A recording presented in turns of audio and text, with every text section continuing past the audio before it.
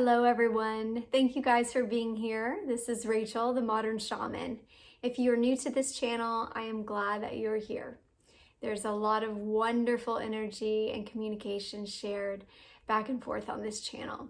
If you'd like to check out my website, if you never have been there, it's themodernshaman.net. I always kind of direct people to go there first, just to find out what I'm about, how to connect with me for one-on-one sessions if you'd like to meet with me personally, or to further your development through my masterclass teaching curriculum and other services. And there's just a lot of offerings there on my website. So it's a great hub of all things for spiritual guidance and direction, really just personal guidance and direction. This is all about empowering you and helping you to remember what you're capable of, why you came here, and to stand in the divinity that you are capable of living. Okay, I think that's all I need to say. I'm kind of running through it in my head. All right, here's the question this week. It says, "Hi Rachel, I love your channel. This may be a stupid question, but I'm wondering why I always feel bad after watching the news or media. Of course, I know my spirit feels drained, but I'm wondering if there's more to it. It feels deeper, like something in my core warns me to stay away from it like a poison, but I don't quite understand this rationally. Could you expound on what I'm feeling and help me understand what is spiritually going on here, maybe on a deeper level?" Yes. All right, Mama, you asked a big question. So I'm going to try to break it down and explain it kind of bit by bit and what it's doing to you. But the simplest way to say this is that the news and the media that elicits the propagation of fear is changing our very DNA when it's doing that. That's actually what's happening. And I realize that's a grandiose statement and it sounds a little bit like conspiracy theory, but on the mechanical level, biological level, hormone level, that is essentially what's happening. It is changing the expression of your genes. And genes are the carriers of our DNA. So it's altering our literal species when we are watching TV and listening to radio that propagates fear. So let me break that down and kind of explain why it feels so horrible to you and why you should be very conscientious with it.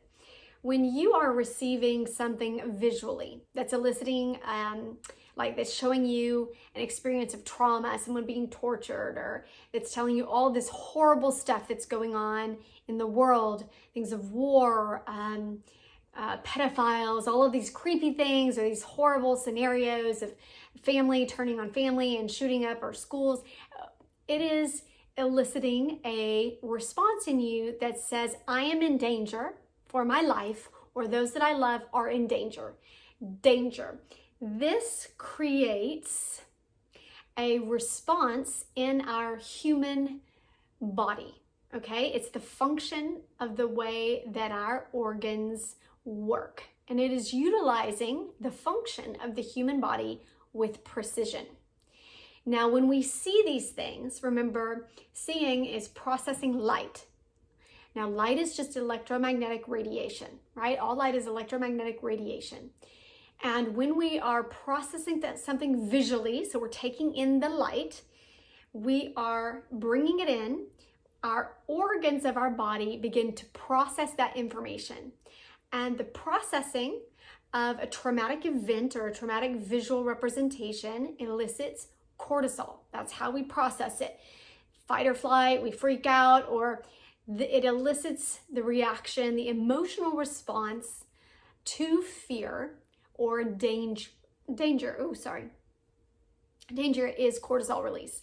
So when we have prolonged exposure to cortisol, it begins to shift our neurochemistry. So it goes into the brain and releases the neurotransmitters of epinephrine, norepinephrine, I don't even know if I'm saying that right, but essentially the neurotransmitters associated with adrenaline, okay? And I am by no means a scientist. I just understand how this works. And I feel it in my own body in response to this. Know thyself, know your body, right? There's a lot of wisdom in just knowing the process of what is happening to you from the outside in and how your body's responding to it. So anyways, the cortisol kicks in when we experience and see this visual expression of trauma. Even if we hear it also on the radio, or we're listening to a podcast, or we're listening to a story that someone is telling us about something horrible that happened or something they heard on the news, the sound waves are processed through the body, cortisol is released, this high level of cortisol kicks in the neurochemistry, the neurotransmitters are released that are adrenaline, fight or flight response. Now, when this happens in a prolonged state, it affects the methylation of our DNA. Now, methylation just means the way that, like, whether or not your genes and the DNA create a protein or not. If it's capable of creating a protein, it can be expressed, can be turned on. And this is, in terms of epigenetics, why certain DNA becomes active and turns on, and why certain DNA stays latent and is turned off. It can no longer make a protein.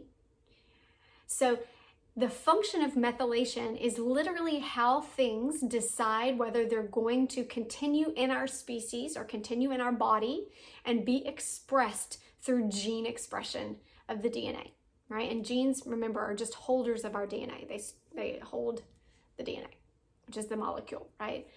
So that's just the basic level of literally the way the hormone of cortisol shifts our neurochemistry, which creates certain neurotransmitters through adrenaline, which changes the expression of our very DNA, decides what should be turned off and what should be turned on. And over a prolonged period of time, when certain genetics are turned off, this shifts the expression of our genes as a species. It's genetic manipulation of a species. It sounds super trippy when you say it like that, but y'all, it's just biological. It's the function of how our body works. So once you know this, you can be empowered to utilize and be highly conscientious of what you let in through your visual spectrum, all the light waves that we're taking in, electromagnetic radiation, right?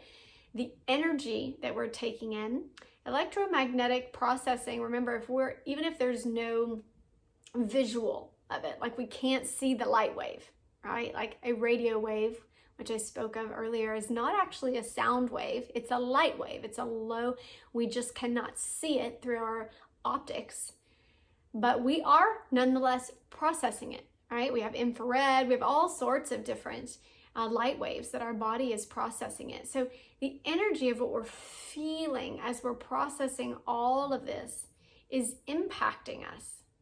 The sound frequencies are impacting. And when I say impacting, our body is an organ. It's literally taking it like a machine.